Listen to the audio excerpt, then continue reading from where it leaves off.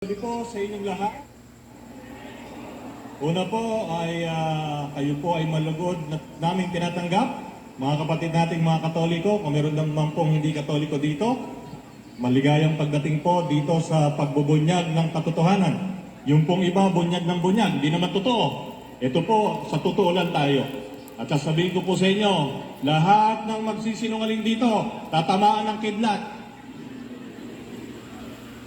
Siguro po sasabihin nyo, nung pong nagpapamigay kami ng imbitasyon para po dito, marami pong ayaw tumanggap kasi sabi, ayoko ikang pumunta dyan sa Iglesia ni Cristo.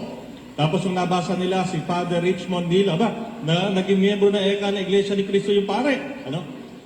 Siguro po magtataka kayo, bakit ganito ang tema ng ating pag-uusapan ngayong gabi? Ang tema na ating pag-uusapan ngayong gabi ay ang tunay na Iglesia ni Cristo, Roma 16:16. Alam niyo po, nung nakaraang Pebrero, ako po ay inanyayahan, dali lang po hanapin ko po yung text. Inanyayahan po ako, hindi ko po alam kung ito ay ministro o manggagawa lang sa Iglesia ni Cristo. Ang pangalan niyo po ay si Ka Robert. Si Ka Robert po, inanyayahan po ako. Sabi po niya sa akin, makipagdebate daw ako sa mga ministro niya. Ngayon, di ko po alam nga kung siya ay, ano tawag dito? Ministro o kung ano man siya. Sabi ko sa kanya, hindi ako nakikipagdebate. Sabi niya, bakit? Kasi sabi ko, pag nagdebate tayo, wawasakin mo yung sasabihin ko at wawasakin din kita. Sigurado ako doon. Ano ba ang pinakalayunin ng debate? Sabi niya, para daw malaman ang katotohanan ng mga taong nakikinig. Yan po yung sinabi sa akin ni Ka Robert. Hindi ko po alam kung siya ministro, pero sigurado ako, Iglesia ni Cristo. Sabi po niya, kaya tayo magdidebate, Mr. Nilo, ay para malaman ng mga tao yung katotohanan tungkol sa pananampalataya. Sabi ko po sa kanya, so katotohanan ng hanap nyo? Abay, oo naman, yun ang pinakamahalaga. Okay, sabi ko, meron ako sa inyong proposal para hindi na tayo magkakasakitan. Kasi kako, pag nagdebate tayo, magkakasakitan lang tayo ng loob. Ganito ako po ay nag-propose kay Ka Robert. Pupunta ako sa inyong kapilya, imbitahan mo lahat ng ministro nyo, imbitahan mo lahat ng miyembro ng Iglesia ni Cristo. Sasabihin ko sa harap nyo kung bakit kami ang tunay na simbahan, ang simbahang Katolika.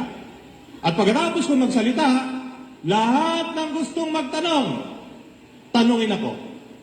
At pagkatapos nun, ikaw naman ako, papupuntahin kita sa aming simbahan, dyan sa San Vicente Ferrer Parish, magsasalita ka sa harap ng kahit ako, 1,000 Katoliko, papupuntahin ko. Total naman ako, kayo, mga Iglesia ni Cristo, hinahakot yung mga Katoliko sa kapilya nyo para hindi na kayo mahirapan.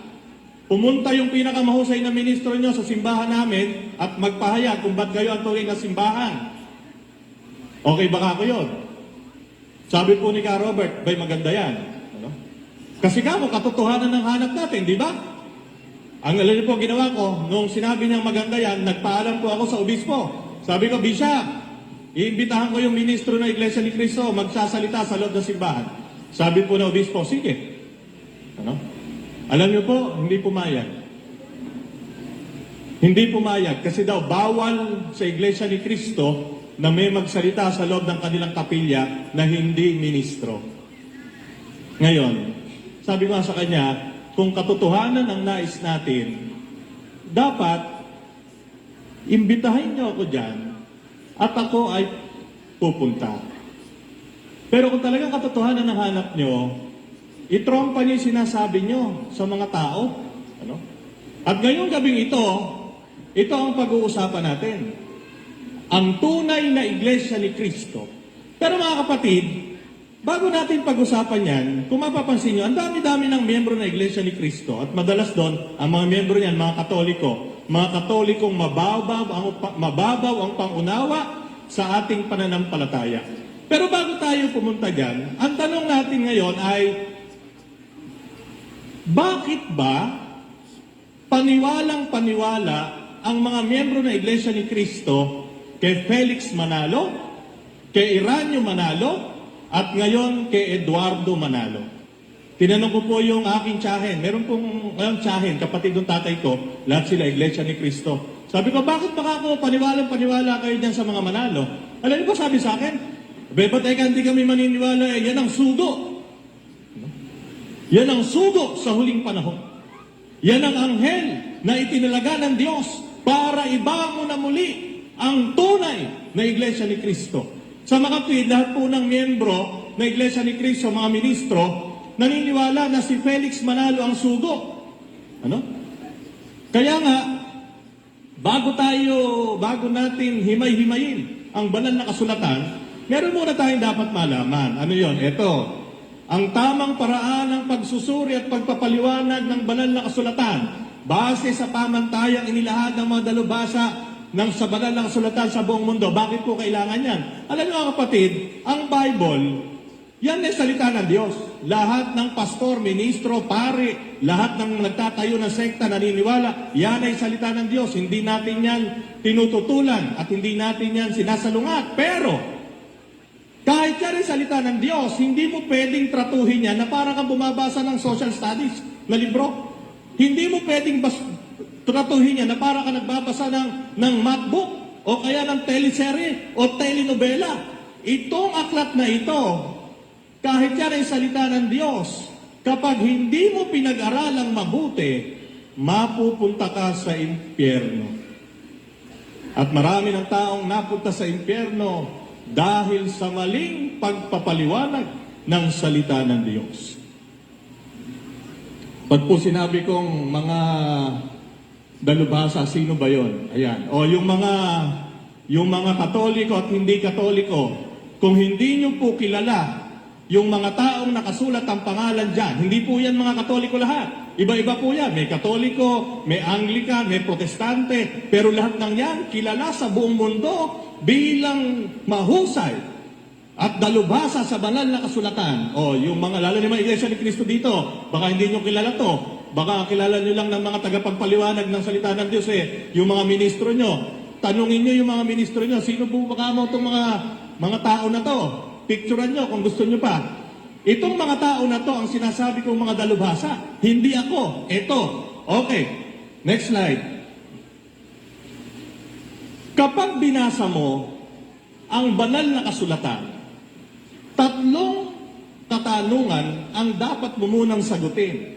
Dahil sa loob ng Biblia, marami aklat yan. Mula Genesis hanggang Apokalipsis o Pahayag, mayroong 73 aklat na pinagsama-sama para maging banal na kasulatan o tinatawag na Biblia. Tatlong katanungan muna bago ka magbasa. Ano yon? Una, sino ang nagsulat ng aklat? Halimbawa, ang sulat San Pablo Apostol sa mga taga-Roma, si San Pablo ang nagsulat niyan. Ano ang layunin ng nagsulat ng aklat? Pangatlo, ano ang sitwasyon ng lipunan nung panahon na yon na isinusulat yung aklat? Tanong, yung mga Iglesia ni Cristo naririto, sinasabi ba sa inyo ng ministro niyan? Sasagutin ko na kayo, hindi. Bakit? Nag-uusap kami ng aking mga kamag-anak Ano gagawin? Lahat ng mga nagpapatawag ng pagpapamahayag, babanatan kagad ng talata. Babanatan ng talata, pero hindi ipapaliwanag kung bakit sinulat yung talata na yon. Hindi ipapaliwanag kung sino ang nagsulat ng talata na yon. Hindi ipapaliwanag kung ano ang layunin kung bakit sinulat yon. At kapag nasagot mo yung tatlo na yan, tsaka ka palang maaaring magpaliwanag ng mga talata dito sa loob ng Biblia. Ngayon, bago po tayo dumako dito, kailangan muna nating maunawaan kung sino si Felix Manalo. Bakit? Kasi po, kaya naniniwala ang mga Iglesia ni Cristo na sila ang tunay na simbahan ay hindi dahil sa Roma 16:16. Kaya sila naniniwala na ang pangalan ng Iglesia ni Cristo, sila ang tunay na simbahan, hindi dahil sa sulat ni San Pablo Apostol sa mga taga-Roma. Sila ay naniniwala na sila ang tunay na simbahan dahil kay Felix Manalo na pinaniwalaan nila na huling nasugo sa huling panahon. Na si Felix Manalo daw ang anghel na isinugo ng Diyos para itayong muli ang Iglesia ni Cristo na tumalikod nung namatay ang huling apostol. Next slide. Ang pagbubunyag ng katotohanan.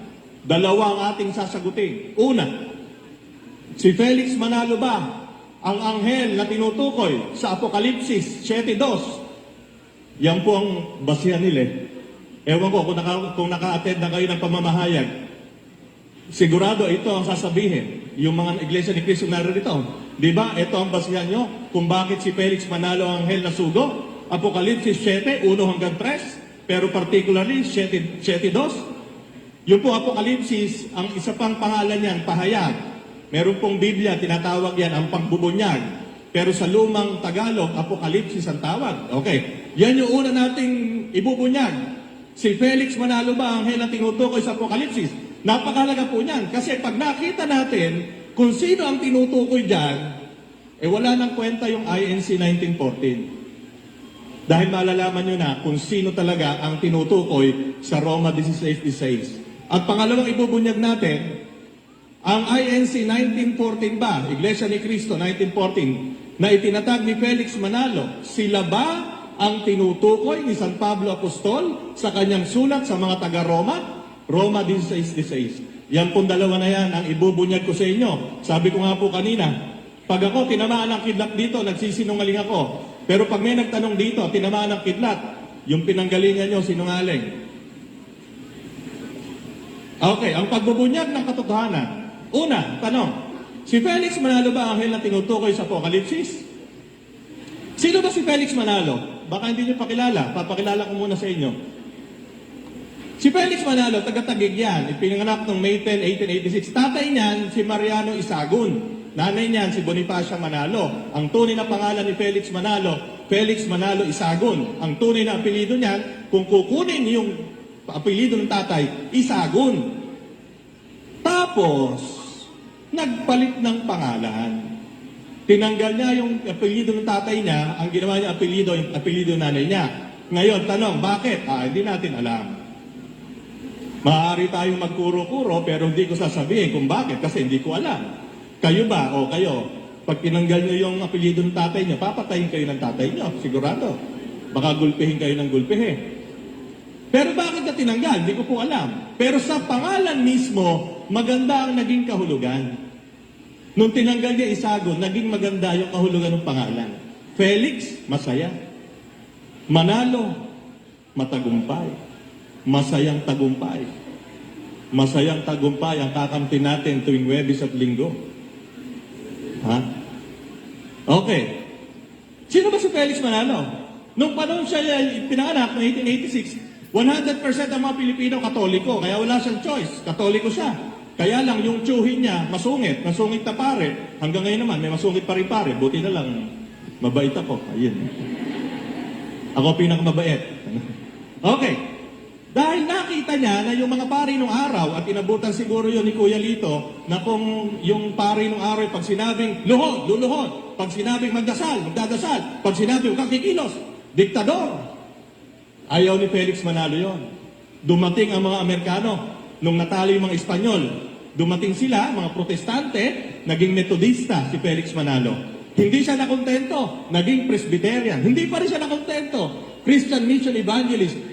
Naging Seventh-day Adventist minister. Kaya po yung mga kapitbahay natin dito, Metodista, Sabadista, galing si Felix Manalo dyan natin. At pagkatapos ng maging Seventh-day Adventist, litong-lito siya, nawalan siya ng pananampalataya sa Diyos. Sino po nagsabi nun? Hindi po ako, siya mismo nagsabi. Ano? Saan natatagpuan yun? Baka nakapagtabi kayo ng Philippine Free Press.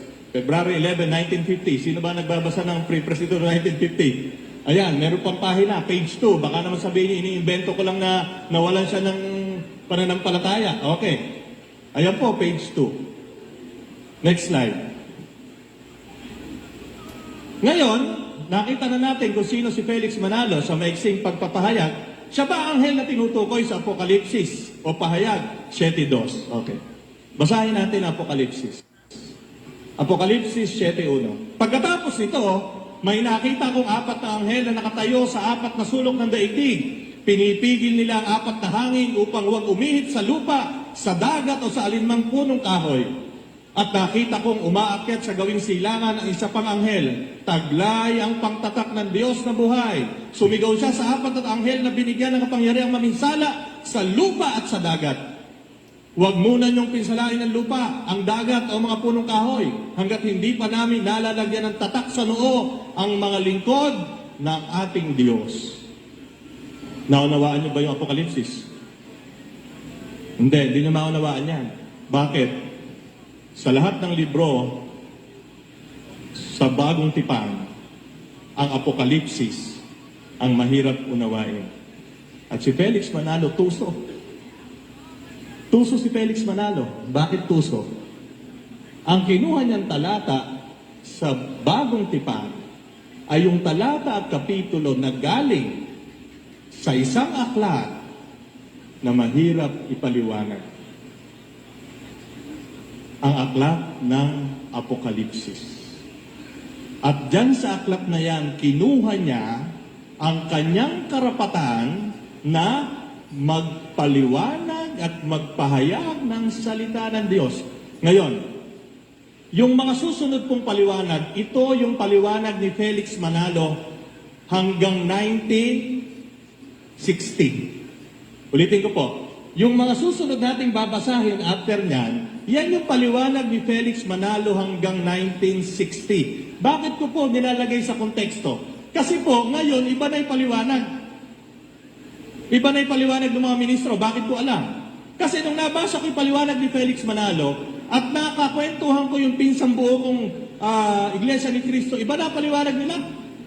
At palagay ko, mamaya may magtatanong. Sasabihin, hindi na ganon. Pero ito po ang paliwanag ni Felix Manalo. At lalaban po ako ng putulan, kahit anong papuputol ko. Pag napatunayan yung hindi ito, yung paliwanag niya, hanggang 1960. Simula 1914 hanggang 1960, ito ang paliwanag ni Felix Manalo sa Apokalipsis 7:1 hanggang 3. Next slide. Ay, lumabas. Pagkatapos ito, may nakita kong 4 na anghel na nakatayo sa 4 na sulok ng daigdig. Pinipigil nila ang 4 na hangin upang huwag umihip sa lupa, sa dagat o sa alinmang punong kahoy. 7:1. Unahin muna natin yung entrada. Sige, next slide. Pagkatapos nito, ano ibig sabihin? Sabi ni Felix Manalo, ang kaganapan ng propesiya ay mangyayari lamang kapag nangyari na ito. Ang mga ito ay mga kaganapan ng pang-anim na selyo, pang-anim sa 7 selyo sa mga panahon na nahahati mula sa pag-akyat ni Kristo sa langit hanggang sa muli niyang pagbabalik. Ang mga pangyayaring ito ay isinarawan sa Apokalipsis 12 hanggang 3. Si Felix Manalo po nagsasalita, hindi po sa akin yan. So yun daw entrada ng Apokalipsis 7:1, pagkatapos nito, ang kaganapan ng propesiya ay mangyayari lamang kapag nangyari na. Ano ba ibig sabihin nito? Sabi ni Felix Manalo, pagkatapos nito, idinugtong niya sa Apokalipsis 6:12, 13. Basa, sabi doon. Ibig sabihin, babasahin ko. 6. Yung po ang cue. Pahingin na flashlight. Dilim.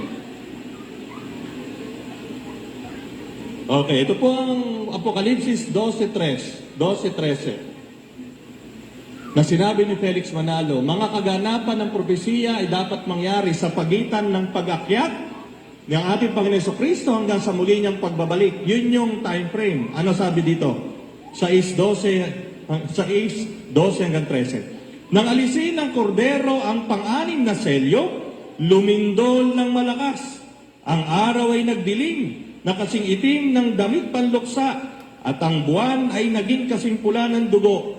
Nalaglag mula sa langit ang mga bituin na parang mga bubot na bunga ng igos kapag hinahampas ng malakas na hangin. Ito pong pagsasalarawan na ito, may lindol,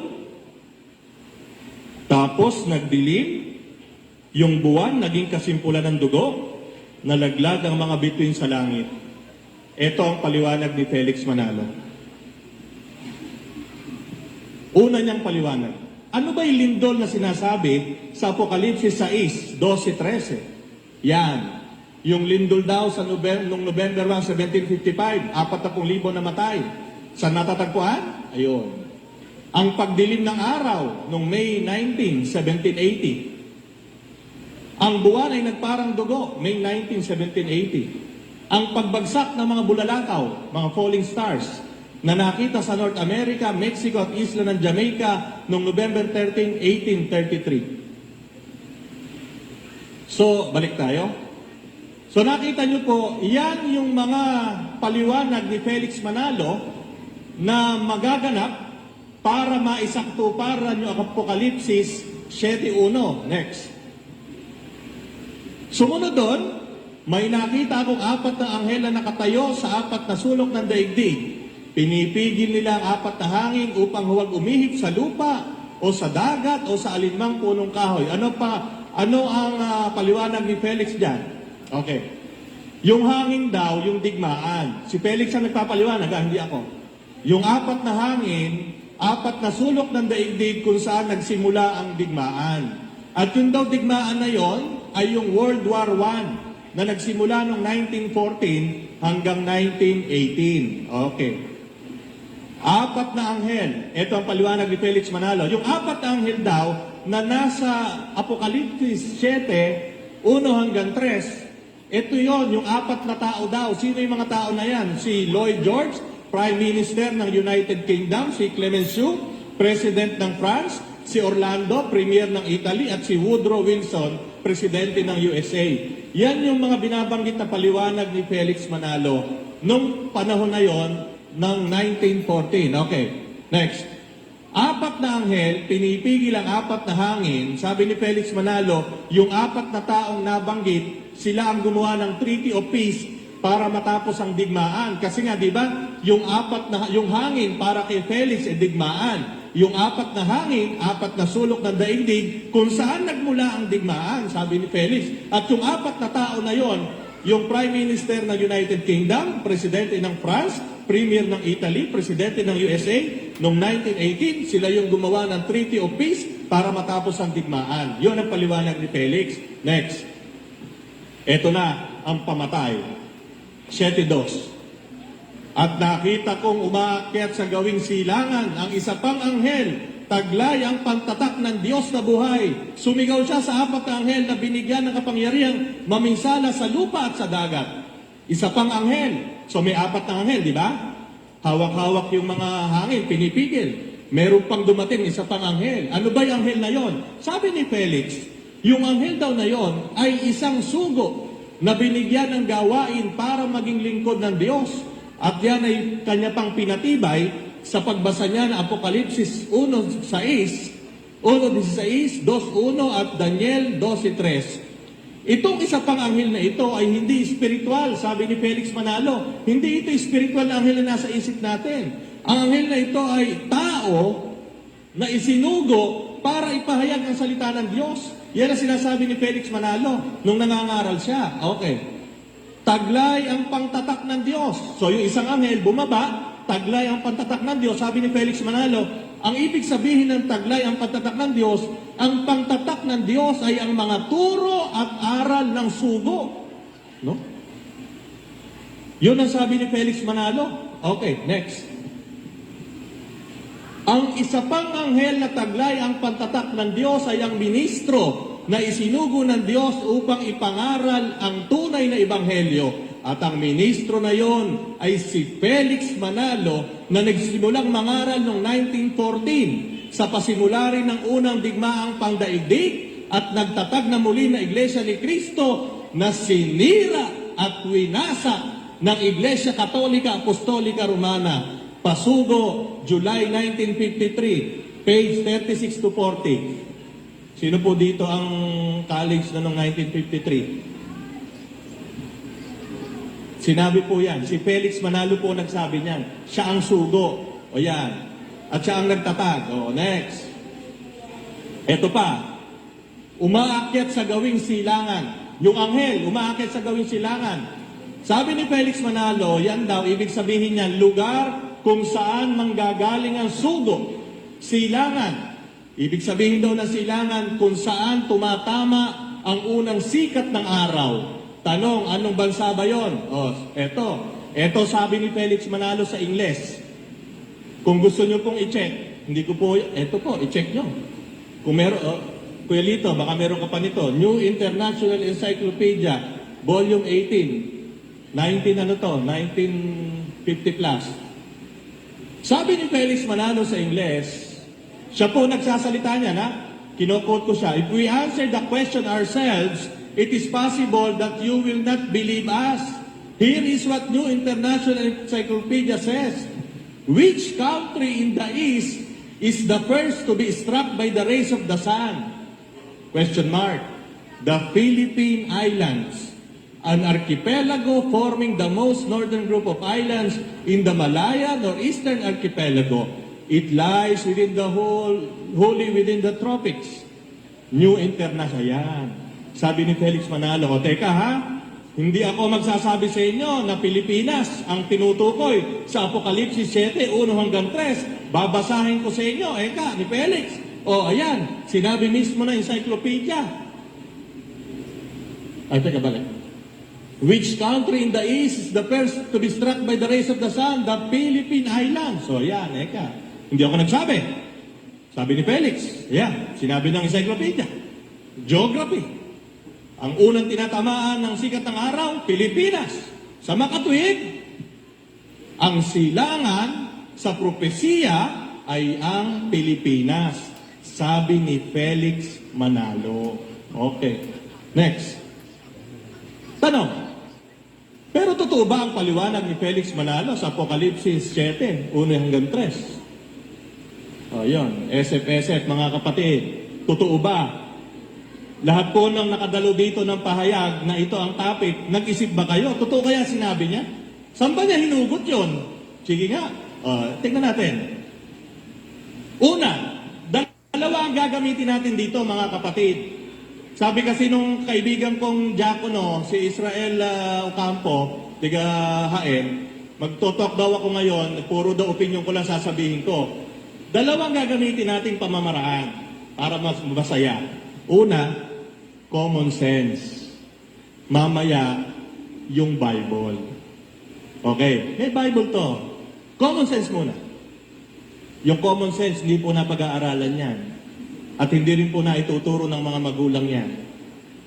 Kung marami kang na nainom ng bata, mas mataas ang common sense mo kaysa sa uminom ka ng agiw sa dapog.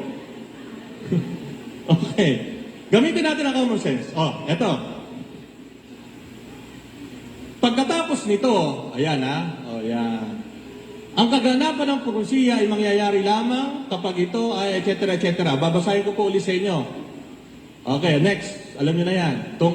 Nagbigay si Felix Manalo ng mga pangyayari sa kasaysayan ng mundo na mayroong lugar na pinangyarihan at mga petsa ng pangyayari. Di ba? Sabi sa Apokalipsis 6, 12 hanggang 13, lumindol.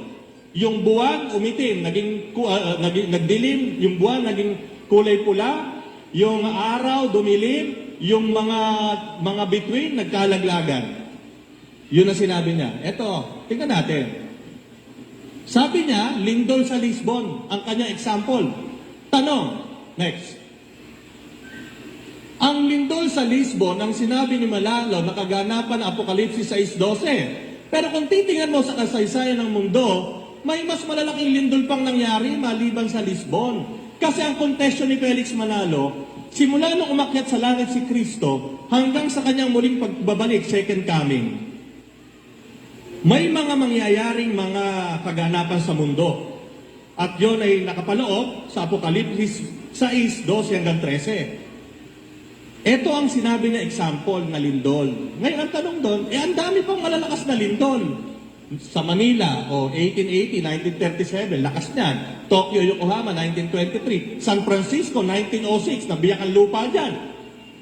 Tanong, bakit yung Lisbon ang kanyang pinili? Ano? Ang usapan, yung pangyayari sa pagitan nung panahon na umakyat si Kristo sa langit at panahon ng kanyang muling pagdating. Ano na ngayon? 2017, di pa dumadating si Kristo. Yun ang isipin natin. Isip-isip. Next. Ang pagbagsak ng mga bulalakaw na nakita sa North America, pagbagsak ng falling stars. Yan. November 13, 1833. May problema dyan. Bakit? Sige, next slide. Ang pagbagsak ng mga shooting stars na sinasabi ni Felix Manalo, hindi mahalaga yung date na yon na nakita sa Jamaica at North America. Bakit? Kasi every 30 years, yung mga shooting stars bumabagsak ng maramihan. Tuwing 30 taon. Yung sinasabing pagbagsak ng mga bituin na binabanggit sa Apokalipsis 6, 12, 13 ay patungkol sa pangalawang pagbabalik ng ating Panginoon. Ibig sabihin, pag nagbagsakan ng mga bituin na yan, tatabunan tayo ng mga bituin. Bakit ko alam? Ayan, babasahin natin. Basa, eka. Basahin natin. Ano ba sabi? Mateo 24, 29 hanggang 30. Sige, tingnan natin. Ilaw. Magkaroon ng liwanag. At nagkaroon ng liwanag. Ano yan? Mateo, yung mga kapatid natin dito, ilista nyo na kung gusto nyo magtanong mamaya. 29 hanggang 30. Pagkatapos ng kapighatian sa mga araw na iyon, magdidilim ang araw, hindi magliliwanag ang buwan, malalaglag mula sa langit ang mga bituin, mayayanig ang mga kapangyarihan sa kalangitan. Pagkatapos, lilitaw sa langit ang tanda ng anak ng tao at mananangis ang lahat ng mga bansa sa daigdig. Makikita nila anak ng tao na nasa alapap at dumarating ng may dakilang kapangyarihan at kadakilaan. Second coming, ang pagdating ng ating Panginoon. Basahin natin, Marcos 13, 24, 27.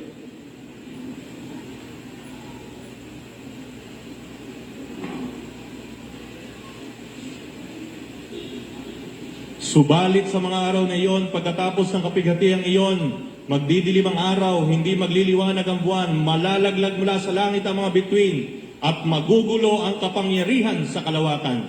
Pagkatapos, makikita nila anak ng tao na nasa ulap, may dakilang kapangyarihan at karangalan. Kapag binasa niyo po yan, yung sinasabi sa Apokalipsis 6, 12 hanggang 13, ay hindi yung sinabi ni Manalo na nasaksihan ang pagbagsak ng bulalakaw sa North America, sa Jamaica, sapagkat ang pagbagsak ng mga bituin na sinasabi dyan ay yung pangalawang pagbabalik at paghuhukom ng ating Panginoon. Next. Kung itutuloy ni Manalo ang pagbasa sa Apokalipsis 6, 12, 13 hanggang 14, 17, patay na siya. Patay si Felix Manalo. Pero hindi niya tinuloy. O yung mga kapatid natin, Iglesia ni Cristo dito, di ba? Natapos lang si Felix Manalo sa 6, 12, 13. Pero hindi niya babasahin yung 14 hanggang 17. Bakit? Ano nakapaloob doon? Basa. Babasa pala ako. Dito ba? Wala pala doon. Babasa ulit. Yung kasi ang cue, pag may basa, dito kukunin. Liwanag. Mabuhay tayo sa liwanag. Ano ba yun? 6, 12. Okay. 14 na. Ito po ang kasunod ng 12, 13. Matapos malaglag yung mga bituin, sabi sa 14 hanggang 17, naglaho ang langit na parang kasulatang inirolyo at nawala sa kanilang dating kinalalagyan ang mga bundok at mga isla.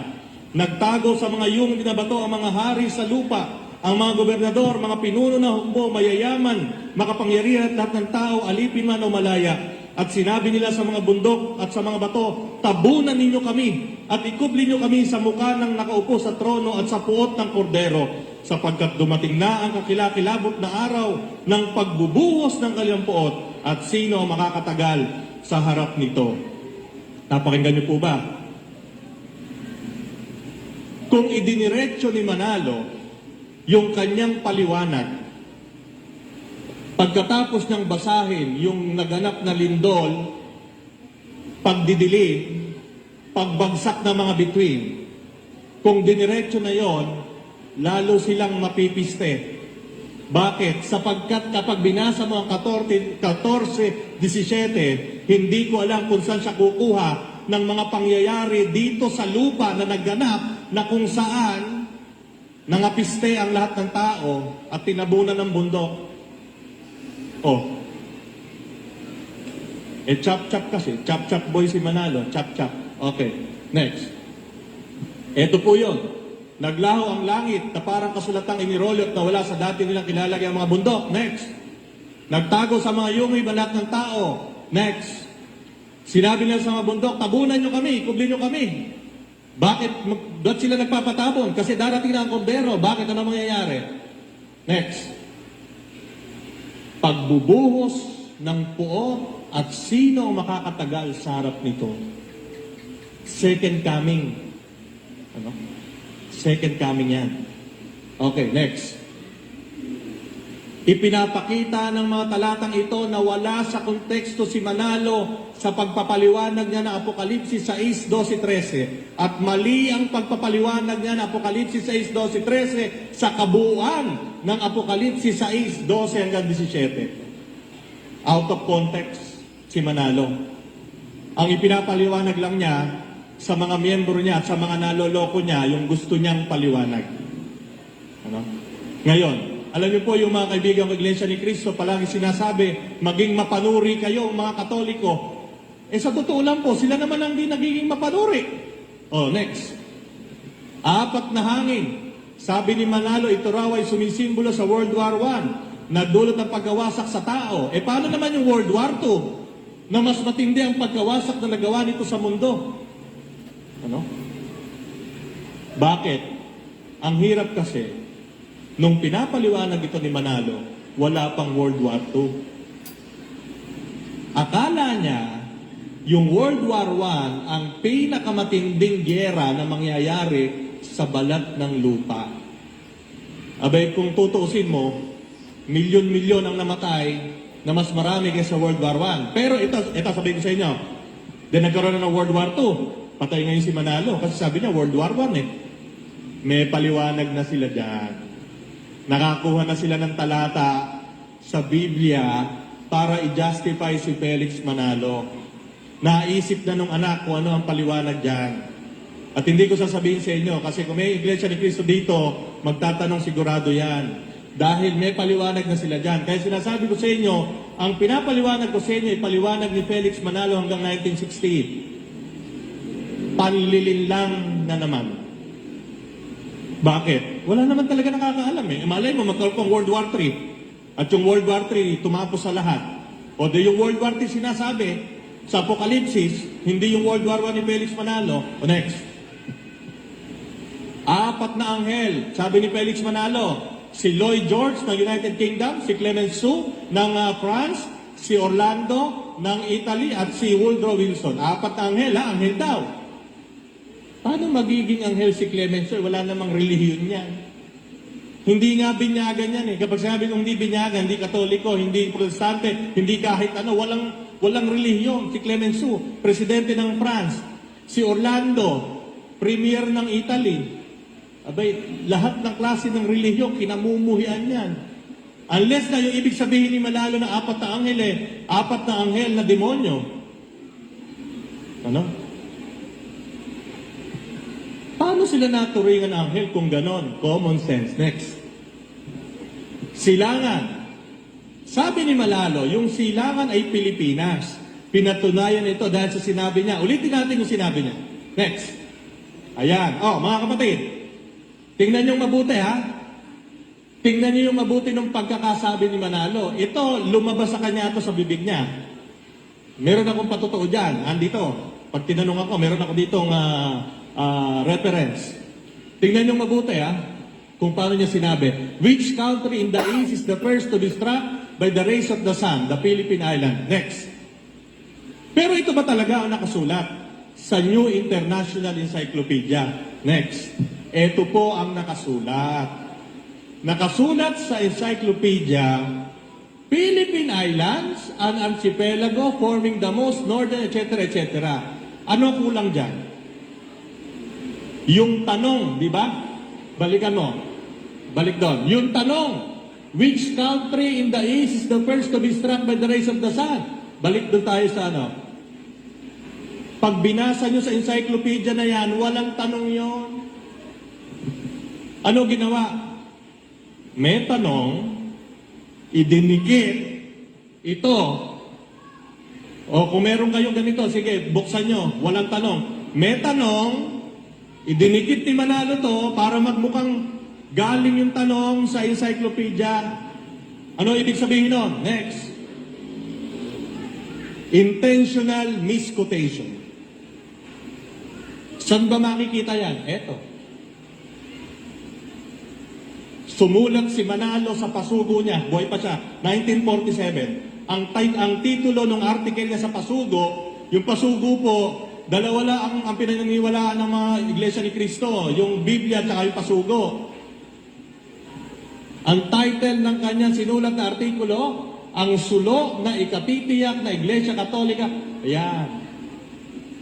Intentional misquotation, ginamit bilang ebidensya para sabihin na ang Pilipinas ang tinutukoy sa Apokalipsis 7:2 na yung anghel na galing sa silangan sa Pilipinas, siya yun, eka. Matatagpuan ang panlililang na yan. Ayan, picturean nyo. Next. Pilipinas bilang silangan. Taliwas po yan sa sinasabi ng Biblia eh. Bakit? Sa Mateo 2:1-2, ang mga haring mago nakalagay dito. Basahin nga natin. Mateo 2, parang alam nyo, nakakatuwa itong si Felix Manalo eh. Ilaw nga, ilaw. Babasahin ko po sa inyo. Si Mateo 2:1-2. Panahon ng paghahari ni Herodes sa Judea nang ipinanganak si Jesus sa Bethlehem, may mga pantas mula sa silangan na dumating sa Jerusalem. Nagtatanong-tanong sila, nasaan ang pinanganak na hari ng mga Hudyo? May mga pantas. Yung iba, pantas ang tawag. Yung iba, mago, haring mago. Galing sa silangan. O yan, kung tama si Manalo sa kanyang interpretasyon sa Apokalipsis 7:2, ang mga haring mago taga Pilipinas, baka meron kamag-anak dito yung mga haring mago. Kung titingnan natin, kung titingnan natin ang interpretasyon ni Manalo, bigyan nyo nga ako electric fan. Sa akin yung isa dyan eh. Ako nag-request din eh. Okay. So nakikita nyo po ba? Nakikita nyo yung mga panlilinlang? Okay. Ang ginagamit pa lang po natin ano pa lang, common sense, wala pa tayo sa Bible. Next. Ang pagiging anghel ni Felix Manalo, Apokalipsis 7:2, si Felix Manalo daw ito. Ang pagiging anghel ni Manalo ay pagiging sugo. Tingnan nga natin sa Biblia kung sino-sino ang mga tinawag na sugo. Si San Juan Bautista sa Mateo 11:10, tinawag na sugo. Malakias 2:7-3:1. Basahin natin yan. Sasabihin ko sa inyo kung ano ibig sabihin ng sugo. Dali lang po Ilaw.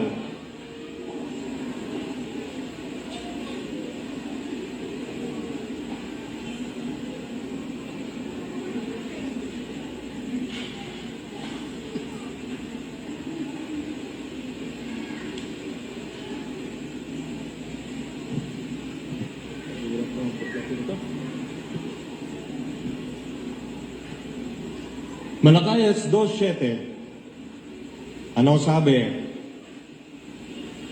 2:7. Tungkulin ng mga pari na ituro ang tunay na kalaman tungkol sa Diyos. Sila ang dapat sanggunian ng mga tao tungkol sa aking kalooban, sapagkat sila ang mga sugo ni Yahweh na makapangyarihan sa lahat. Yung mga pari nung panahon ng mga Hudyo, sugo ni Yahweh sa 2:7. Ngayon sa 3:1, ano sabi sa 3:1? Sabi ni Yahweh na makapangyarihan sa lahat, ipapadala ko ang aking sugo upang ihanda ang daraanan ko. At si Yahweh na inyong hinahanap ay biglang darating sa kanyang templo. Sa mga tuwid, lahat ng sinugo ng Diyos ay maaaring tawaging anghel. Basta isinugo ka ng Diyos, ikaw ay anghel. Sapagkat Ang pagiging anghel ay hindi lamang yung espiritu sa langit. Ang pagiging anghel ay pagsusugo sa iyo ng Diyos na mayroon kang isang responsibilidad na ipahayag ang salita ng Diyos. Next. Ang pagiging anghel ni Manalo ay hindi base sa tunay na mensahe ng Biblia. Ito ay nakaugat lamang sa sarili niyang paliwanag ng Biblia at sarili niyang opinyon. Ulitin ko po, makinig. Ang pagiging anghel ni Manalo ay hindi base sa tunay na mensahe ng Biblia. Ito ay nakaugat lamang sa sarili niyang paliwanag ng Biblia at sa sarili niyang opinyon. Next slide. Okay, basahin natin. Next. Next. Next.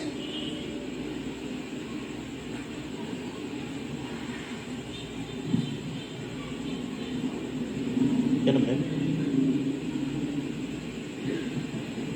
Sabi ni Manalo, ang anghel sa Apokalipsis 7:2. Pero tumigil na siya ng pagbasa at pagpapaliwanag sa Apokalipsis 7:3. Ano po ba yung Apokalipsis 7:4? Kasi po si Manalo, Felix Manalo, nakapokus siya sa 7, 1 hanggang 3, pero hindi niya babasahin yung 7:4. Bakit? Ano ba yung 7:4? Tingnan nga natin, Apokalipsis 7:4.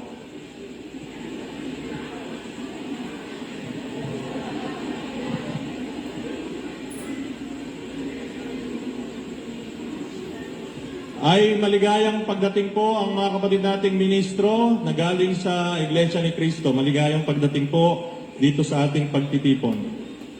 7:4. Ano po ba nakasulat sa Apokalipsis 7:4? At narinig ko ang bilang ng mga tinatakan, 144,000 buhat sa 12 lipi ng Israel, tigla 12,000 mula sa bawat lipi. Bilang ng tinatakan. Okay. So sa 7:4 po, tinatakan ang lipi ng Israel. Sa 5 hanggang 8, tigla 12,000 mula sa bawat lipi ng Israel. Ngayon ang tanong po doon, sa Apokalipsis 7, 1 hanggang 3, sinasabi ni Felix Manalo na siya yon. Sa Apokalipsis 7:4, sinasabi doon na yung anghel na yon tinatakan ang lipi ng Israel. Okay? So ngayon po, tingnan natin yung flow, yung way ng argument ni Felix Manalo. Next. Gusto ko pong basahin sa inyo yung unang kopya ng Article of Incorporation noong 1914 na isinumite ni Felix Manalo sa SEC. At dito po makikita na noong 1914, wala siyang balak ipahayag ang Ebanghelyo sa labas ng Pilipinas. Okay. Babasahin ko po sa inyo. Ito po ay nakasulat sa salitang Espanyol. Kaya po pinatranslate ko. Ano? Sandali lang po ha. Hindi po ako masyadong mahusay mag-Espanyol eh. Okay. Ano po sabi dito sa Article of Incorporation ng 1914? Babasahin ko po sa inyo sa Espanyol. Baka po nakakaintindi ba sa inyo ng Espanyol. Sabi dito, "Que los fines para los cuales se ha formada la sociedad no era otra más que para propagar las doctrinas y sabias enseñanzas del Evangelio de Cristo en todo el arquipélago filipino, y como tal su existencia dependera de la caridad pública." Sa English po, ang sabi po nung nag-translate, doon po sa Article of Incorporation ng 1914 ni Felix Manalo, that the ends for which it has formed the society was no other than to propagate the doctrines and the teachings you did not know from the gospel of Christ in all the Philippine archipelago, and as such, its existence will depend from the public charity. Nung pong isintinayo ni Felix Manalo ang Iglesia ni Cristo noong 1914 at isinumiti niya ang Article of Incorporation, ang nasa isip lang po niya at nung miyembro nung Board of Trustees, ipopropagate lang daw yung gospel ni Jesus Christ na hindi niyo pa nalalaman. dito sa Pilipinas. Ano? Pero sa Apokalipsis 7:4, ang sabi doon, yung anghel tatatakan yung lipi ni Israel. Tanong, kailan sinabi ni Felix Manalo na ang Iglesia ni Cristo 1914, na itinatag niya 1914, ay magpapahayag ng salita ng Diyos maliban sa Pilipinas, ilalabas sila? Noong 1948. Noong 1948, inamyendahan nila ang kanilang Article of Incorporation. Nag-meeting ang mga sanggunian o tinatawag ng Board of Trustees. Inamendahan noong 1948. Ano sabi?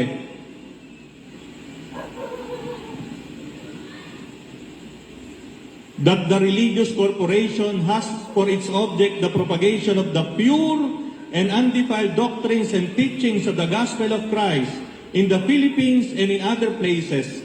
Ayun, nalagyan na.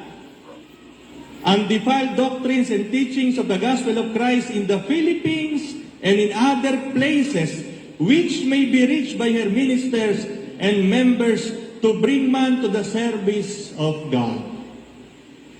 Sinabi sa Apokalipsis 7:4, yung anghel tatatakan yung lipi ni Israel. Pero nung ni-register ni Felix Manalo yung kanyang sekta na itinatag noong 1914, wala silang balak lumabas dito sa Pilipinas. Okay? Noong 1948 lang nila na-realize na kailangan silang lumabas sa Pilipinas. Kaya nila inamyendahan yung Article of Incorporation. Next.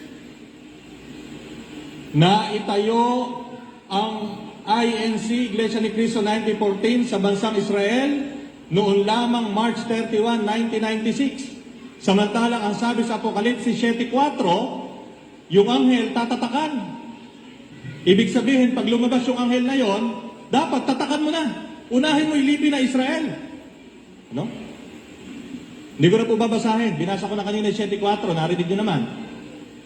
Next. Sa Apokalipsis 7:1-3, ang apat na anghel ay mas naunang lumitaw kaysa sa isa pang anghel. Pero sa kasaysayan ng mundo, si Manalo ay nangangaral na noong 1914. Sinabi niya na siya yung anghel, di ba?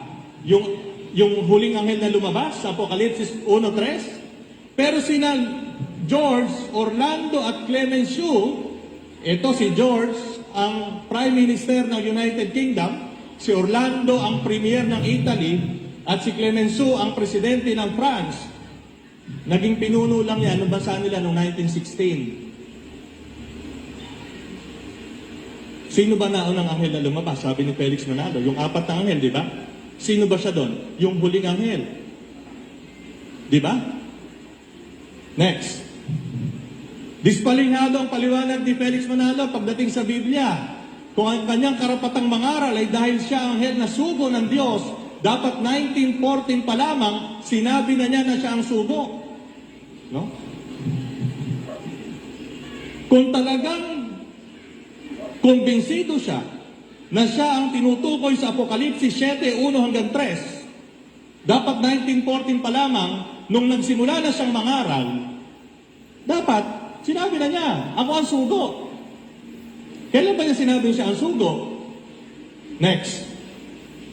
Ang pagiging anghel ni Manalo at sugo ay inimbento niya para lukuhin at linlangin ang mga Katoliko na mababaw ang pagkakaunawa sa pananampalatayang Katoliko. Next.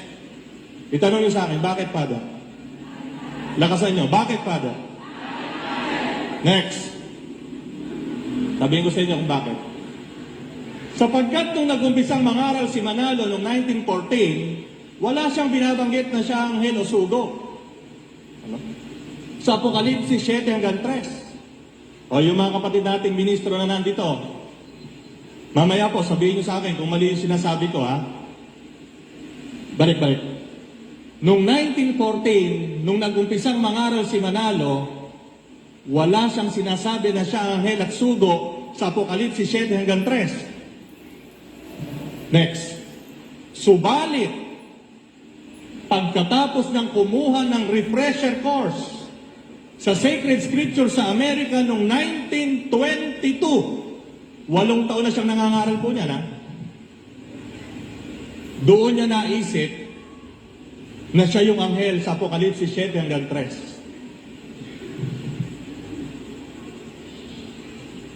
Saan ang basihan? Ayan.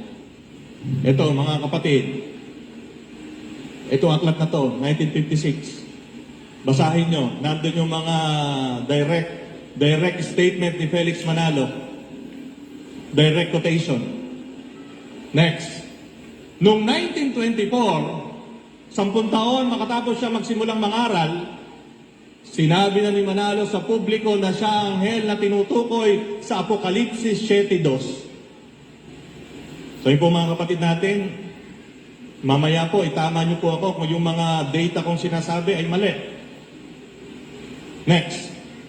At noong 1927, sa pagpupulong ng mga kasapakat sa Tinajeros, Malabon, Rizal, ginawa niya ang kanyang official declaration, ang kanyang pagiging anghel at sugo sa bahay ni Mr. Rosendo Simon at sinaksihan ng mga Board of Trustees, si Teodoro Santiago, Justino Casanova, Maximo Valenzuela, Norberto Cruz, Igmedio Zabala, at marami pang kasabwat.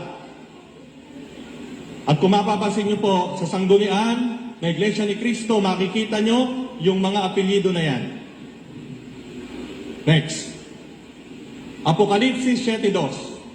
At nakita kong umakyat sa gawing silangan ng isa pang anghel, taglay ang pantatak ng Diyos na buhay. Sumigaw siya sa 4 na anghel na binigyan ng kapangyarihan maminsala sa lupa at sa dagat. Ibig bang sabihin nito, sinigawan ni Manalo si George, na Prime Minister ng Great Britain, si Orlando, si Clemenceau? Paano niya sila masisigawan? Nasa Pilipinas siya. Hindi rin naman sanay si Manalo ng French at Italian. Next. Masisigawan lamang ni Manalo bilang anghel ang 4 na anghel sa panaginip, sapagkat siya ay nabubuhay sa panaginip nung panahon na yon. Hinto po muna tayo. Yung pong sinabi ko sa inyo, ang una natin ginamit, common sense at factual data. Dumako po tayo ngayon sa banal na kasulatan. Pero ulitin ko po, ang pamantayan sa pagpapaliwanag ng banal na kasulatan ay dapat nakaugat sa pamantayan na sinang-ayunan ng mga dalubhasa sa banal na kasulatan ng buong mundo.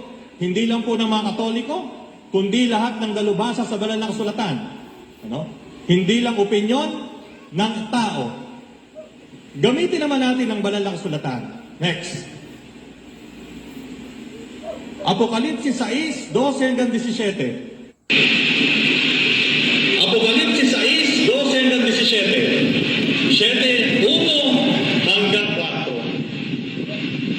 Dalawang pamamaraan ng pagpapaliwanag na tanggap ng lahat ng dalubhasa sa banal na kasulatan, maliban kay Felix Manalo at lahat ng kanyang mga kasapakat, noon magpahanggang ngayon. Bakit po sinasabing itong dalawang pamamaraan ng pagpapaliwanag tanggap ng lahat ng dalubhasa sa banal na kasulatan sa buong mundo? Kasi po alam niyo mga kapatid, ang pagpapaliwanag sa banal na kasulatan ay may pamantayan. At yung pamantayan na yan ay sinang-ayunan hindi lamang ng mga Katolikong dalubhasa sa banal na kasulatan, kundi pagkasama na rin ang mga Protestante, mga Anglikano, at lahat ng may karapatan sa banal na kasulatan. Maliban kay Felix Manalo at sa kanyang mga ministro. Bakit? Sapagkat sila Felix Manalo at ang mga ministro ng Iglesia ni Cristo may sariling pamamaraan ng paliwanag sa banal na kasulatan. Hindi ko po alam kung saan nila hinuhugot yung pamamaraan na yun ng kanilang pagpapaliwanag. Next. Dali. Okay. Ito po yung dalawang pamamaraan ng pagpapaliwanag ng Apokalipsis. Una, tinatawag na remote context. Sa Tagalog, sa panghinaharap na konteksto. Pangalawa, proximate context. Sa Tagalog, sa pangkasalukuyan na konteksto. Kapag sinabi ko pong panghinaharap at pangkasalukuyan,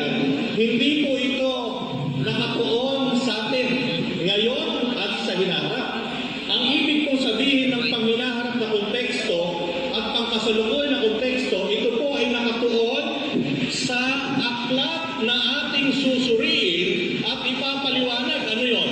Apokalipsis 6, 12 hanggang 17, 7, 1 hanggang 4. Yan po nakabase. Next. Pang hinaharap na konteksto.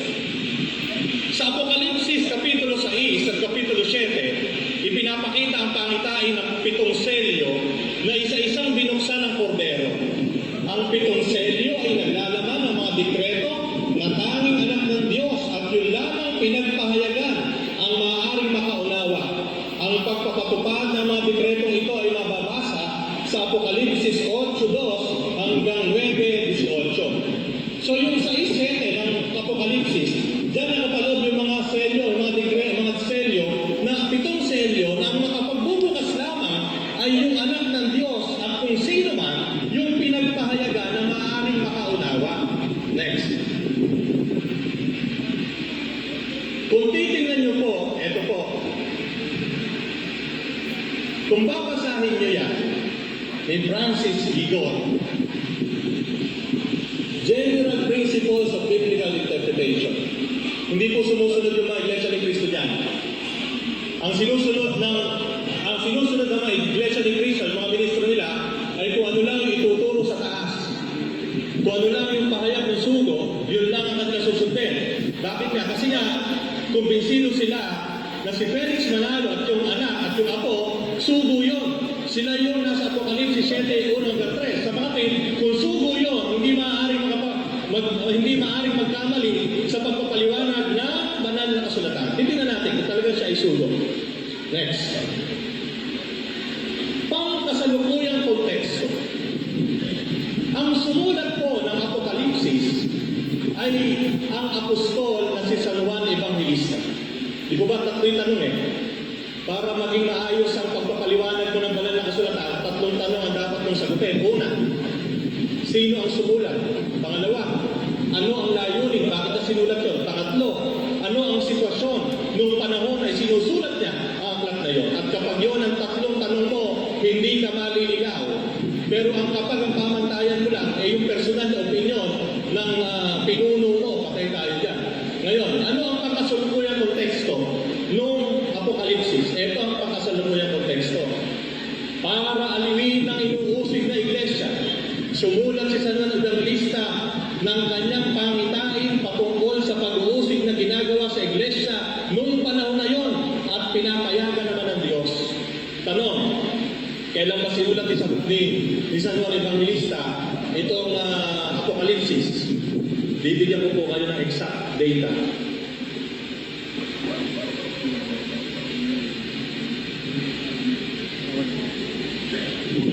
Ang aklat ng Apokalipsis ay sinulat ni San Juan Bautista noong taong 94 to 96 AD. 94 to 96 AD. Ano ang panahon na yun? Kasagsagan ng pag-uusig at pagpatay ng mga Romano sa mga Kristiyano. Yan po yung sitwasyon nung sinulat ng Apokalipsis. Pinapatay ng mga Romano ang mga Kristiyano. Kaya nga, si San Juan Bautista, sumulat siya ng kanyang pangitain para aliwin ng mga inuusig na miyembro na iglesia, mga iglesia, mga Kristiyano na pinapatay ng mga sundalong Romano. Next. Ang pag-uusig sa iglesia ay magpapatuloy hanggang hindi pa nakukumpleto ang mga napili. Yan po ay makikita sa Apokalipsis 6, 10 hanggang 11. Next. Dalawang grupo ng napili. Una, napili galing sa Israel. Apokalipsis 7, 4 hanggang 8. Yan po yung sinasabi ko kanina. Na kung talagang si Felix Manalo ang sugo, abay dapat, nung ipinail niya, yung kanyang article of incorporation, nakalagay na doon, na hindi lang sa Pilipinas sila magpapahayag, kundi sa ibang bansa. Pero 1948 pa po niya binago yun. Ikalawa, napili galing sa mga hindi. Apokalipsis 7, 9 hanggang 10. Apokalipsis 7:2. Ang anghel ay isinugo para tatakan ang mga napili sa Israel.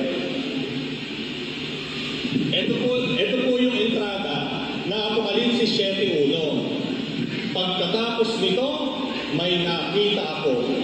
Alam niyo po, itong sinabi ni San Juan Evangelista na ito, hindi ito pagpapahayag ng bagong pangitain. Subalit ito ay pagpapatuloy ng pangitain sa Apocalipsis 6. Si San Juan Evangelista, meron siyang vision, pangitain. Nakakita siya ng pangitain. Apocalipsis 6, meron ng pangitain. Lumilindol, umitim ang araw, bumagsak ang mga bituin. Nakakita ulit siya ng pangitain. Yung pangitain, balik. Sa 7:2, hindi ito pagpapahayag ng bagong pangitain, bagkus ito ay pagpapatuloy ng pangitain sa Apocalipsis 6. Next. 4 na hangin, 4 na anghel. Okay. Ang 4 na hangin na sinasabi sa Apocalipsis 7:1 hanggang 3, kaparehas siya ng digmaan. Sa 6:1-2, pagkawatak-watak. Sa 6:3-4, pagkagutom. Sa 6:5-6, pagkamatayan. Sa 6:7-8, ginamit ni San Juan ang Espiritu para sa mga Hudyo ay mga anghel. Yung Espiritu na nakalagay doon, 4 na anghel, ay katulad ng pananaw ng mga Hudyo nung panahon na yon. Next. At nakita ko umaakyat sa gawing silangan ng isa pang anghel. Sa pananaw ni Felix Manalo, siya yung anghel. Sa kanyang pananaw, ang silangan ay Pilipinas. Pero, dito sa pangitain ni San Juan Evangelista, ipinapakita ni San Juan kung saan niya nakita ang anghel na umaakyat. Pinapakita lang na sa pangitain niya, sinusulat niya, kinukwento niya kung paano niya nakita yung anghel na umaakyat sa gawing silangan. Bakit? Dahil siya ay nasa Patmos. Ano po ba yung Patmos? Ito ay isla sa bansa ng Greece. Ang lugar kung saan ang araw ay sumisikat sa silangan, coastal region ng Asia Minor. Next. Ang isa pang anghel na tinutukoy, maliban doon sa 4, kung susuriin nyo, ito po, context. Yan po wala Iglesia ni Cristo. Ang mga Iglesia ni Cristo kapag nagpaliwanag out of context. Bakit? Kung binasa nila yung buong libro ng Apocalipsis, makikita nila na yung anghel na tinutukoy sa Apocalipsis 7:2 ay si Cristo. Bakit? Paki-picture po itong mga talata na ito. Lahat po ng talata na ito ay galing sa aklat ng Apocalipsis. Babasahin ko po sa inyo kung bakit ko sinabing yung anghel sa Apocalipsis 7:2, si Cristo yun, hindi si Felix Manalo. Babasahin ko po sa inyo. Uumpisa ko po sa unang kapitulo ng Apocalipsis, Apocalipsis 1:1.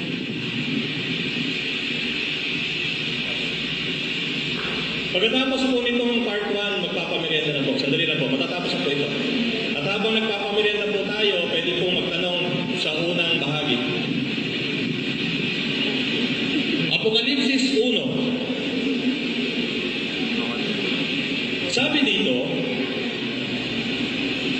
ito ang pahayag ni Jesucristo na ibinigay ng Diyos sa Kanya at Kanyang inihayag kay Juan na alipin niya sa pamamagitan ng anghel na Kanyang isinugo. Okay. Sa unang pagkakarinig, parang sino nagsusugo? Si Kristo, di ba? Parang si Kristo. Pero ulitin ko po. Ito ang pahayag ni Jesucristo na ibinigay ng Diyos sa Kanya. Okay? Pahayag ni Jesucristo na ibinigay ng Diyos sa Kanya. At Kanyang inihayag kay Juan. So yung Diyos nagpahayag kay Kristo. Si Kristo nagpahayag kay Juan. Alipin niya sa pamamagitan ng anghel na Kanyang isinugo. Sino nagsugo ng anghel? Yung Diyos. Sino yung anghel? Si Kristo. Paano po natin malalaman na si Kristo talaga yung anghel na yan? Basahin pa po natin. Apocalipsis 7:2. At nakita kong umaakyat sa gawing silangan ng isa pang anghel, taglay ang pangtatak ng Diyos na buhay. Sumigaw siya sa apat na anghel na binigyan ng kapangyarihang maminsala sa lupa at dagat. O merong isang anghel, bumababa naman sa langit. Umaakyat sa gawing silangan yung anghel papuntang langit. 8:3. Dumating ang isa pang anghel na may dalang gintong sunugan ng insenso at tumayo sa harap ng dambana. Binigyan siya ng maraming insenso upang ihandog sa dambana na nasa harap ng trono, kasabay ang mga panalangin ng mga hinirang ng Diyos. Anghel na naman. Pero tingnan niyo po yung ginagawa ng anghel sa binabasa ko. Gs 1-3. Pagkaraan nito, nakita ko isa pang makapangyarihang anghel na bumaba mula sa langit. Siya'y nababalot ng ulap at may bahaghari sa kanyang ulunan. Nagniningning na parang araw ang kanyang mukha at parang mga haligang po ang kanyang mga binti. May hawak siyang isang maliit na aklat na nakabukas. Itinungtong niya sa dagat ang kanyang kanang paa at sa lupa naman ang kaliwa. Sumigaw siya, ang kanyang tinig ay parang atungal na leon. Tinugol siya ng dagundong ng 7 kulong. Ito naman po, pinapakita isang anghel na napaka makapangyarihan. At sa bandang huli, 22-28, ang sabi po dito,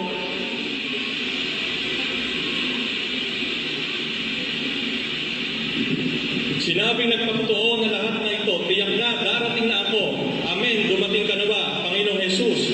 Naway makantang na lahat ang kagandahang loob ng Panginoong Jesus. So kung titingnan niyo po, lahat ng anghel na binanggit sa Apokalipsis ay hindi ordinaryong anghel.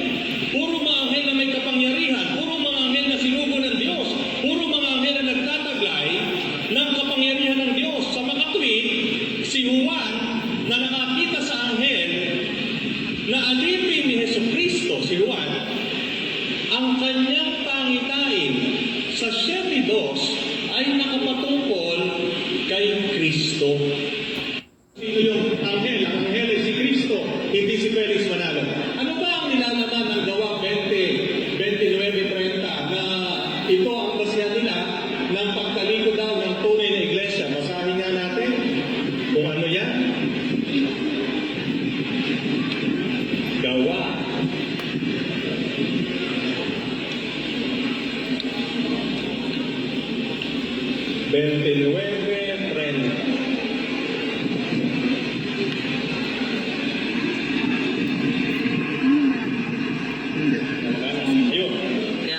Ito po, sinabi ni San Lucas, ang gumawa po, ang nagsulat po ng Gawa ng mga Apostol ay si San Lucas. Yung pong nagsulat ng Ebanghelyo ni San Lucas, for your information. Sabi po, alam kong pagkaalis ko'y magsisipaso ang mababangis na asong gubat at walang patawad nilang lalapay ng kawan. Mula na rin sa inyo'y may lilitaw ng mga tao magsasalita ng kasinungalingan upang mahintay at sumunod sa kanila ang mga alagad. Ayan, yan ang konteksto. Dahil yan, sabi ni Felix Manalo, tumalikod ang simbahan katolika, ang tunay na iglesia na tinayo ng ating Panginoon. Next. Yung mababangis na lobo pumasok. Sino ba yung mababangis na lobo? Sabi, yan daw yung mga obispo. Dahil yung mga obispo, mga pari, mga kardinal, pinapasakitan ang mga miyembro ng simbahan. At yan po yung kanilang talata na ginagamit. Next. At sa ikalawang Tesalonica 2:4, sabi nila, yan daw ay patungkol sa Santo Papa. Dahil ang Santo Papa daw, ano tawag dito? Ipinuprosisyon. Makikita nyo sa YouTube yun. Noong araw, ang Santo Papa pinuprosisyon, binubuhat, hinahalikan ng paa. Yan daw yung mga tanda ng pagsira ng Papa sa tunay na iglesia. Dahil daw, kinukuha ang karangalan mula sa mga tao. Yan po yung ginagamit nila. Next. At ang kaganapan ng hula sa kasaysayan ng mundo, eto na.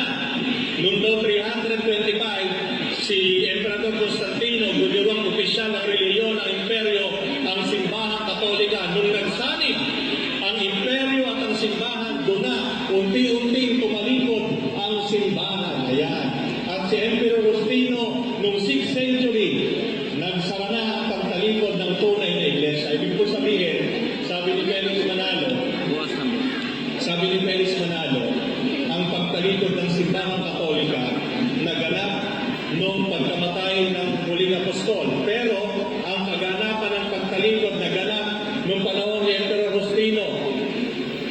6th century, nawala na ang tunay na simbahan. Ayun.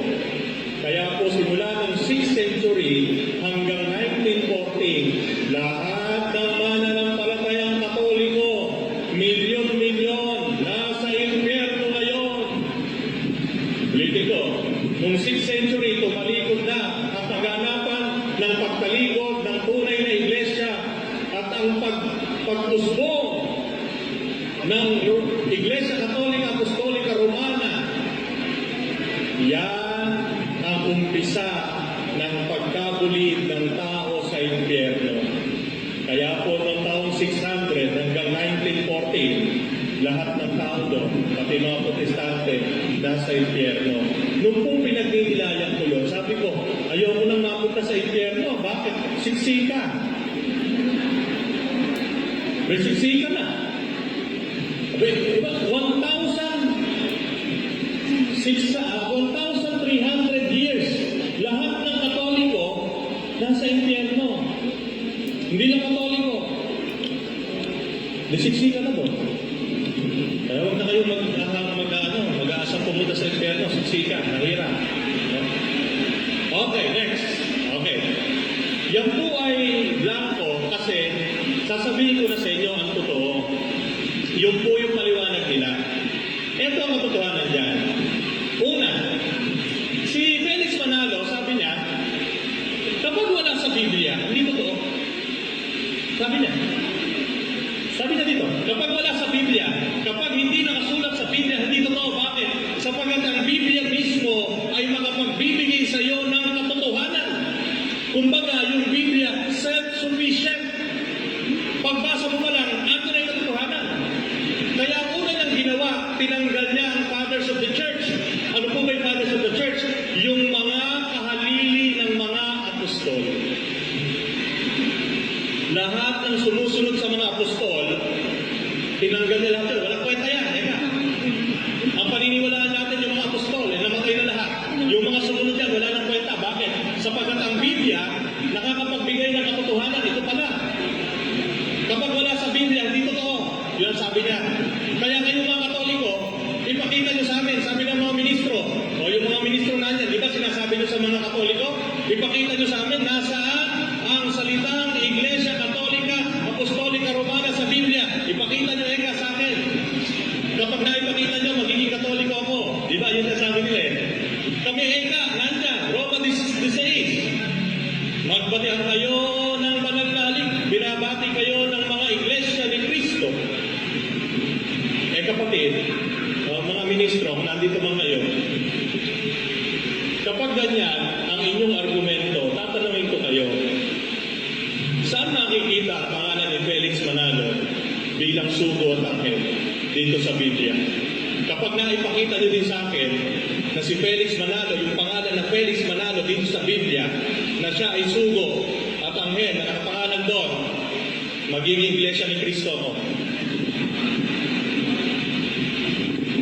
Ako po sinusunod ko lang yung kanilang argumento. Kasi sinasabi nila, ang Iglesia Katolika Apostolika Romana ay hindi tunay na iglesia sapagkat wala yung pangalan dito. O ngayon, tatanungin ko kayo, argumento nyo, kung wala dito, hindi totoo, o sige. Felix Manalo, pakita nyo sa akin. Ano yung sasabihin nila? Hindi eka. Yung eka Apokalipsis 7:2. Yun eka sumisingkulo, yun eka si Felix Manalo. Ang hirap sa kanila, pag hindi naaayon yung talata sa kanila, hindi pwede. Pero pag naaayon sa kanila, pwede. Ganon ang pamamaraan ng panlilinlang ng mga ministro na Iglesia ni Cristo. Walang consistency. Kapag sinabi ni Felix Manalo, una, sinabi niya, ang Biblia self-sufficient. Pagbasa mo pa lang, nandiyan yung katotohanan. Bakit ini-interpret mo? Di ba? Kung self-sufficient ang Biblia, bakit kailangan mo interpret sa amin na yung Angeles ikaw yan? The mere fact na ini-interpret mo, ibig sabihin, hindi self-sufficient yan. Ang hirap, pag si Felix Manalo, si Eduardo Manalo, si Ranyo Manalo at mga ministro ng Iglesia ni Cristo, ang nag-i-interpret ng Biblia, sinasabi nila sila ang tama.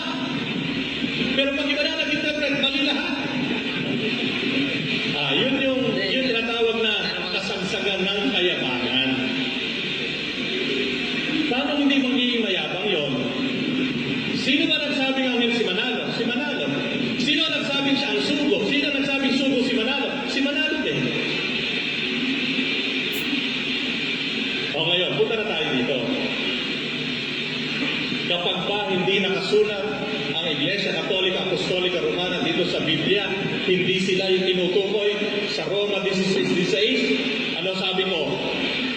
Mga kapatid sa Iglesia ni Cristo, bigyan nyo ng konteksto at bigyan nyo ng hustisya si San Pablo. Alam nyo kung si San Pablo ay mabubuhay?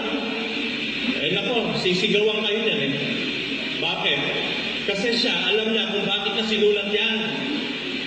At sa pag-aaral ng mga dalubhasa, sa entrada pa lang, sa Roma, sa unang sulat sa sulat sa Pablo Apostol, Roma, Kapitulo 1:8, doon pa lang makikita mo na kung ano ibig sabihin yan eh. Ewan ko nga pa kung bakit ayaw tingnan ng mga ministro eh. Babasahin ko sa inyo. Roma 1:8, umpisa pa lang. Babasahin ko sa inyo, ibig sabihin yan. Roma, Kapitulo 1, versikulo 8. Sabi ni Pablo, si San Pablo po ang sumulat dito.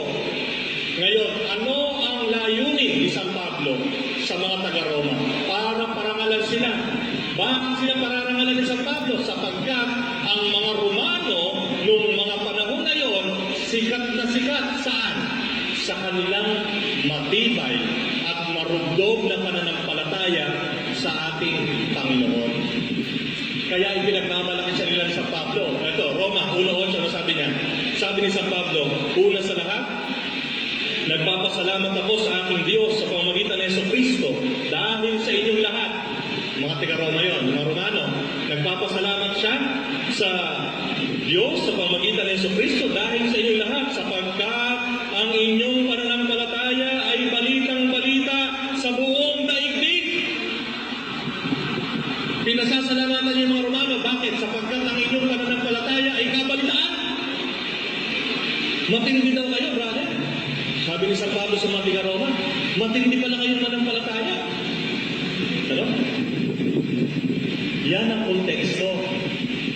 Papuri, parangal sa mga Romano dahil sa kanilang marugdog, matibay at malalim na pananampalataya sa ating Panginoon. Kaya kung babasahin nyo, alam mo, ito pa, isang hirap. O yung mga ministro nandito, sabihin nyo kung mali ako.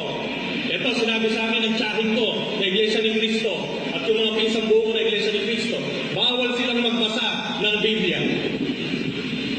Kung ano lang ang itinuturo, pag nagpupunta sila doon sa kapilya, yun lang ang dapat nilang paniniwalaan.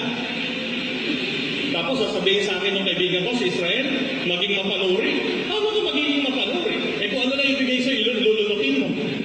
Katulad nito, kapag binasa mo ang sulat sa Pablo Apostol sa mga taga-Roma, magmula umpisa hanggang huli, makikita mo na itong Roma 16:16 hindi pinatutungkulan sa Iglesia ni Cristo na tinatawag noong 1940 ni Manalo.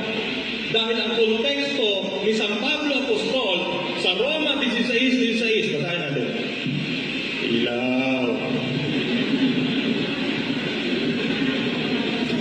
Masambay taray ko.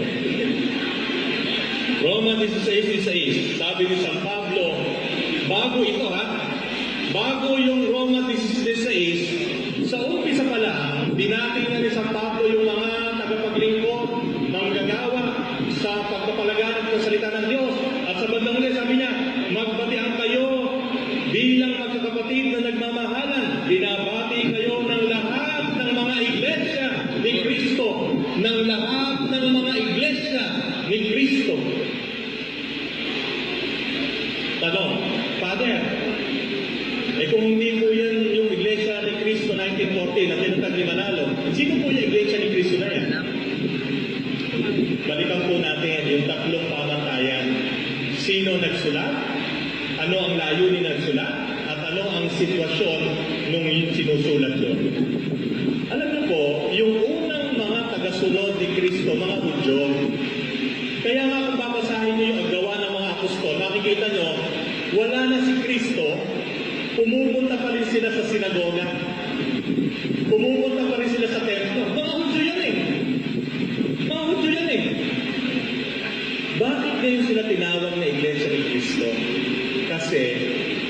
Kinig out sila. Kinig out ng mga Pariseo. Kasi sabi na, kung talagang Hudyo ka, hindi ka susunod kay Kristo. Pumunta kayo din sa templo namin, nakikibasa kayo ng salita ng Diyos, nakikinig kayo ng sermon ng mga Pariseo, pero hindi nyo naman ginagawa yung ginagawa namin. Ang ginagawa nyo, yung Kristo nyo na namatay. Lumayas kayo. Yung kinig out ang mga Hudyo na Kristiyano nung panahon na yon. Kaya si San Pablo, sa lahat ng kanyang mga sulat, lalo na sa mga taga-Roma, ginamit niya Iglesia ni Cristo para bigyang diin na, hoy, hindi na kayo Hudyo, ha? Although Hudyo kayo, pero hindi na kayo Hudyo. Hindi na yan ang religion nyo. Sumusunod na tayo kay Kristo. Iglesia ni Cristo na tayo. Ano? Ngayon, sila ba yung INC 1940? Hindi. Bakit? Sige nga, kung may mga ministro pang nandito, ipakita nyo sa akin ang koneksyon ng Iglesia ni Cristo dito sa Pilipinas sa Iglesia ni Cristo sa Roma. Ito, Roma 16:6, mga Iglesia ni Cristo ito sa Roma. Sasabihin ng mga yan, kasi ito ang sinasabi sa akin ng aking mga China. Aba, hindi na ikaw maipapakita. Bakit? Kasi nga ikaw tumalikod na. Ano ka kayo sabihin mo? Nalikol na lahat. Imagine nyo, nalikol daw yung tunay na iglesia. Yung lahat ng membro ng tunay na iglesia, nalikol. Kaya hindi na makikita yung koneksyon ng Iglesia ni Cristo 1914 sa Iglesia ni Cristo sa Roma 16:6 dahil nalikol eh. Sino natira? Si Felix Manalo. Tayo. Ito. Tayo. Roma 16:16. Isinulat. Kaya ba sinulat ito? Dali lang. Alam nyo, napakadaling malaman kung sino nagsisinungaling ngayon eh, lalo sa mga sekta. Punta ka lang kay Google. Masarap si Google eh. Teka, ha? Alam mo si Google eh, palagay ko, darating ang araw, magkakaroon ng iglesia ni Google. Mahusay eh. Okay. Yung sulat ni San Pablo Apostol sa mga taga-Roma ay isinulat noong taong 56 AD. Ano? 56 AD. Ang nakakatawa niya, itong mga iglesia ni Cristo na ito sa Roma, noong 56 AD, matutuntun mo hanggang ngayon. Walang pati, hindi nalikod, nagpapatuloy. At tandaan nyo, punta rin kayo sa iglesia ni Google. Tingnan nyo yung mga apostol, isa-isahin nyo kung nasaan sila ngayon. Lahat ng simbahan, lahat ng iglesia, lahat ng komunidad na itinayo ng mga apostol nung sila'y nabubuhay pa hanggang ngayon, nakatayo pa rin. Sulat ni Apostol San Pablo sa mga taga-Efeso. Pumunta kayo sa Turkey. Ang Efesos po nasa Turkey. Naandun pa rin. Sulat ni San Pablo Apostol sa mga taga-Thessalonica. Thessalonica nasa Greece. Pumunta kayo sa Greece. Naandun pa rin. Nakatayo. Ano yun? Simbahan Katolik. Tanong. Kung ba nakapangalan sa Iglesia ni Cristo 1914, Roma 16:6, sila na original? Hindi. Sabi nga ni Brother Paras ng Catholic Faith Defenders, Levi's, ewan ka na pa na dyan, ha? Yung Levi's na nasa Robinson at Levi's na nasa Bangketa, parehas na Levi's ang pangalan, pero original ba yung nasa Bangketa? Yung 5350? Sino original? Nasa Robinson? So, ibig sabihin mga kapatid, hindi ko ang pangalan ng INC 1914 na Iglesia ni Cristo, sila na yan. Una-una, hindi nga nila masabi kung saan sila nagmula eh. Ano, kumbisido sila na si Felix Manalo Angel. Ayan ang pinakita ko sa inyo. Ang Angel na tinutukoy sa Apokalipsis, sa pahayag, sa pagbubunyag ay hindi si Felix Manalo, si Kristo. Sa nasusulat, basahin mo kasi yung buong Apokalipsis, hindi ka chap-chap boy. At yan mga kapatid, Ang ibig kong sabihin, ang tunay na Iglesia ni Cristo, ang tunay na Iglesia ni Cristo ay nakapaloob ngayon sa simbahang Katoliko. Bakit? Dahil sa banal na kasulatan at dahil sa kasaysayan. Amen. Bukas na po ang tanungan base sa pangalawang topic. Pero wala lang, meron pa sige pa ba? Meron pa ba? Nakalimutan ko. Yan. Panghuli. Dahil ang mga Iglesia ni Cristo, ang kanilang pamantayan ng pagpapaliwanag ng Biblia ay chat-chat, kumukuha kung saan-saan, pagduduklay-duklayin para makabuo ng isang turo. Ito isasuggest ko sa kanila. So, chat-chat. Alin yung verb? Mateo 27:5. Inihagis ni Judas sa loob ng templo ang 30 pirasong pilang at pagkaalis doon, siya'y nagbigti. Isunod natin si Lucas 10:37. Kung gayon, humayo ka, ganun din ang gawin mo. Okay ba yan? Ano nasa yan? Yan, nasa Biblia. Ano sabi sa Mateo 27:5? Pagkaalis doon, at siya'y nagbigti. Ano naman sinabi sa Lucas 10:37? Pag pinagdugtong natin, kung gayon, humayo ka, ganun din ang gawin mo. Magbibigti kayo. Ganyan po ang pamamaraan ng mga Iglesia ni Cristo. Chat-chat. Hindi na kinukuha yung context. Panghuli, nanonood ba kayo sa YouTube? Maganda rin si YouTube. Isa pang magiging iglesia yan. Baka 2050, may iglesia ni YouTube. Panoorin niyo yung ang pagbubunyag ng Iglesia ni Cristo. Isa pang hindi ko na nagustuhan doon kung nandito kayo mga ministro. Sabihin sa Net 25. Diniinan nila na mayroong pari na sumapi sa Iglesia ni Cristo. Si Father Christopher Yu. Tanda ko pa. Yu ba? Tama ba? Father Christopher Yu. 30 minutong national telecast. Paulit-ulit sinasabi ng mga ministro, na paring Katoliko. Ako po, mapanuri talaga ako. Medyo sinuri ko, Father Christopher Yu. Alam niyo po ba, hindi po siya paring Katoliko. Siya po ay miyembro ng Apostolic Catholic Church. Hindi po, wala pong kaugnayan ng Apostolic Catholic Church sa Roman Catholic Church. Pero ang mahirap, yung kung nandito po yung mga ministro, mahirap sa mga ministro nyo na nasa Net 25, diniinan ng 30 minuto paulit-ulit na paring Katoliko ito, lumipat sa Iglesia ni Cristo. Hindi ko po alam kung tinanggal na nila doon yun, pero kahit tanggalin nila, na-download ko na. Di ba, kapatid na rin? Na-download ko na. Pangalawa, isa pang hindi ko nagustuhan. Sabi nila, yung pa rin, Net 25, mga ministro na Iglesia ni Cristo. Tayo daw, ito lang ang basihan ng turo ng Iglesia Katolika Apostolika Romana, ang Catechism of the Catholic Church. O yung mga iglesia na dito, ito po ang itsura ng Catechism of the Catholic Church na palaging binabanggit ng ministro nyo. Ito po ang itsura niyan. Sabi po ng mga ministro, Iglesia ni Cristo, ito lang daw ang basihan natin sa pagtuturo, hindi daw ang Biblia. Kung di ba naman kayo ayokong magkuha dahil mahirap. Baka mali pa ito na assignment. Sabi po nila, ito lang daw ang ating basihan, Catechism of the Catholic Church. Hindi, wala daw tayong Biblia. Mga kapatid na Iglesia ni Cristo, kung talagang mapanuri kayo, bumili kayo nito, buklatin nyo at makikita nyo lahat ng turo ng simbahang Katolika.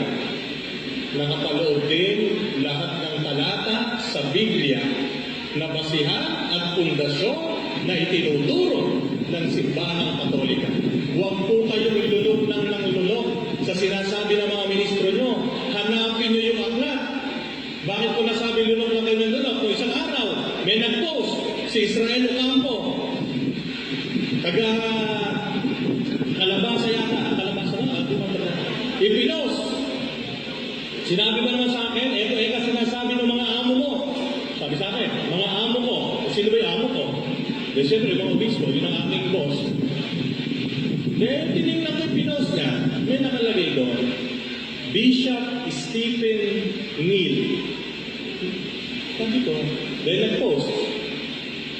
Palagay ko naman dito, obispo katoliko. Pero madig na madigin si Israel. Sinasabi na, obispo katoliko. Abede, pumunta na naman ako sa iglesia ni Google. Alam niyo kung bakit ko sinabi ang mga miyembro ng iglesia ni Cristo, lulong nang nandun? Bakit ka magpo-post sa Facebook nang hindi mo sinusuri yung pinopost mo? Alam niyo po si Bishop Stephen Neal, kung sino? Siya po ay hindi katoliko, siya ay Anglican. Ang mga Anglicano, walang connection sa katoliko, pero bali naman siya. Kaya mga kapatid, kung tayo mapanuri, makikita natin ang panlilila na ginagawa ng mga iglesia ni Cristo sa pamamagitan ng paggamit ng Biblia at pagkakapta.